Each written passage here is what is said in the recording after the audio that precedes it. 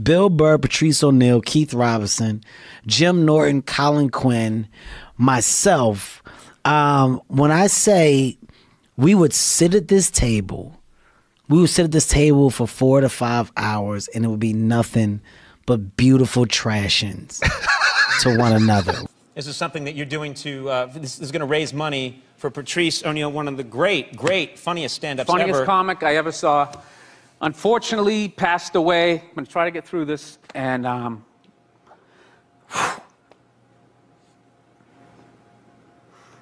sorry. That's all right. You're gonna, by doing this, you're gonna raise money for his mom. Money for his mom and his wife. And this is huge. This is huge. God. I just want to say we missed the hell out of Patrice, man. He made everyone in this room better, and it kills us to this day. I just want to tell you personally. Yeah. Thank on the you. radio. I really appreciate that. I miss the days of him just walking down that long hall. Yeah. Because you know you had to be on your game, and he was going to fucking bring it every And you also knew that time. it was like, all right, the next 2 hours of radio. I can become a fan now. Absolutely. Right. You could sit back and just watch. It was amazing watching him do radio. Just absolutely amazing. I miss talking and hearing silence from my right and then looking over and just seeing that look. Yeah. Right. Well, people don't realize. Scrunched up face look.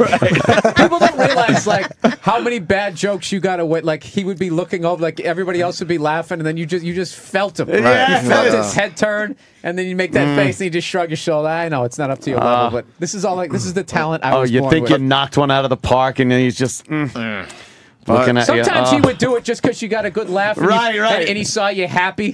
Like look at him enjoying himself.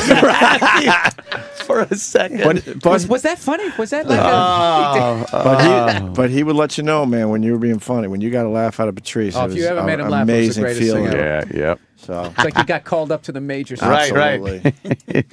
We went up to Montreal in that truck, and we had to go through customs. Right. So you have to pull over and get out of your truck and go into a building, and it's me, and I still don't remember who the other comics were, but we were all white. Patrice was the only black guy. And they take all our passports and stuff, and then they go, the lady's like, no, one of you has a record or something. And of course, all four of us look at Patrice, and he's like, what you MF is looking at? And the lady behind the counter is trying not to laugh, you know? And I don't know what, to this day, I don't know what was in his whatever. And just to prove that stereotypes aren't true at all, the other comic was me, and I was the one with the record. But, so we get back, I'm busting his chops because I'm really the headliner, because when you host the Nasty Show, your name is on the marquee. Right. You're the one that's selling tickets. Schimmel hosted it when I did it. And Bobby Slayton was the mayor of it. Right. But because Patrice is arguing with me because he goes on last every night. Yeah. And on the way up he's saying, man, well, if that's the way you see it, man, blah, blah, blah. And I'm like, what do you mean the way I see it? That's how it is, man. Don't tell me. I'm the headliner. And we get up there and I, do my shtick up front. And then he goes on last after a killer show and just destroys. Just takes it to a different level, Geraldo, Colin Quinn, Nick DiPaolo, Jim Norton, Rich Voss, Patrice O'Neal, Keith Robinson, Bobby Kelly. It was insane. And if you came down there and you wore the wrong shirt, it was fucking over. So the funniest guys I ever met. I ever met. Like they were unreal. And Patrice was the king. Like you walked in, if he wasn't there, you were relieved. And there were nights when you were on a roll, and you were killing someone at the table, and then he starts walking in, like your heart would sink. Like, oh fuck, here we go, here we go, here we go. Now it's the real deal. Dad's home. Eddie Iff said the funniest thing one time. He goes, dude, sometimes like I'll come walking into the cellar.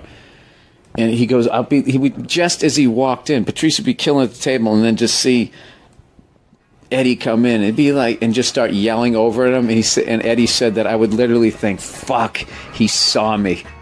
And then that's when the whole thing kind of took off, and tough crowd came out of that. How about you, Kev? You know what? If I wanted anyone to be president, I would want it to be Shaq. Because Shaq can do whatever the hell he wants.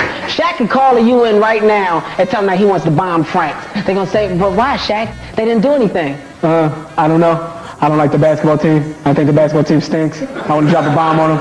I want to dunk it. I want to do it. Well, Shaq, if that's what you want to do, I want to do it. That Shaq ate his balls. He called me with that Shaq. Do you think this Shaq is going to be good? Yeah, Cal. How are you trying to make my There's a comedian that you remind me of. Do you know who I'm speaking of? No. He was my favorite comedian. He passed away a couple years ago. Patrice O'Neal? Patrice O'Neal. The reason I loved Patrice was he had his own truth, and he was going to tell you, and he wasn't going to take any prisoners. And that's a giant void to fill, Patrice O'Neal, because I felt he was the funniest guy in the world when he passed away. But, yeah, our great friend Patrice O'Neal passed away, man, and we're all absolutely fucking devastated. And I'm going to try not to get emotional here, but he has a DVD called Elephant in the Room. Makes a great Christmas gift, and it would really help out his mom. And he also has a new CD out on iTunes called Mr. P. And if you guys could do me a huge favor, if you want to repay me for the podcast on any level, could you please buy that man's work? Because I got to tell you, man, that guy, no joke, is the funniest fucking dude I ever met in my life, and it's not even close. It's not even close, and you can't even... That dude was so funny, like, even his stand-up work only just captures, like, a sliver of how fucking funny that guy was. That guy, I'm telling you, like, him walking into a deli to buy a newspaper was funnier than most comedians I ever met, and it's just fucking awful. I'm still in shock that he's not here anymore. And I don't know. When the time's right, I'll be telling some of his stories, because I'm telling you, I can tell you this, there's not going to be another one. And that's the thing that probably hurts the most, is that there's no fucking way I'm ever going to meet someone like that again in my life. All right. Okay. No crying on the podcast. Here we go. Plowing ahead. So if you guys could fucking do that for me, I would really appreciate it. Yeah. All right. So here we go. Push it down, Bill. Push it down. Do you ever worry that maybe you're putting out this energy and you're manifesting something like some sort of an attack on you because you're constantly dwelling on it and you always have this gun? And Patrice goes, Joe believe in magic. Joe believe in conjuring up the world. Hey, man, I'm positive energy. Just starts laughing. See, he's magic. Joe's magic. Shit on me. Most of my friends that are comics, most are at best okay and usually awkward or bad at talking to women. Yeah. A lot of comics Most comics are, yeah. Yeah. That's usually like one Guys that came up weren't. No? No. Patrice. Oh, Patrice was ridiculous. Patrice could actually insult them all the way into the bedroom. That's so crazy. And they would just be walking in going, I know, you're right. You're right. But those are the broken girls. And broken girls you can always manipulate. Sure. At Listen, any level, right? No, let me tell you. It's still work. Yeah. It's just something that women won't understand, because you guys don't have to convince people to have sex with you. No. It's one of the great things. Yeah. But Bobby Kelly back in the day, phenomenal. At talking to chicks? Phenomenal. Really? Phenomenal. No, there were legends in New York. I was not part of that crew. You were not in the legend crew? No, dude, come on. I look like Ron Howard. It was like I just always had to work. But there was. I don't want to like, you know. But Patrice, I had heard about. I mean, even a few years ago, about his. I knew he was gifted. Obviously, I mean, hear his stand up on shows, but I heard stories about him with women, about how no, it was amazing. ridiculous. Yeah, it was ridiculous. And we just started laughing at her, and it took her a second to regroup. And I don't know what happened. 5 minutes later, all three of them, gorgeous, are standing around Patrice, and he has them auditioning to see who has the best phone sex voice, and they're doing it.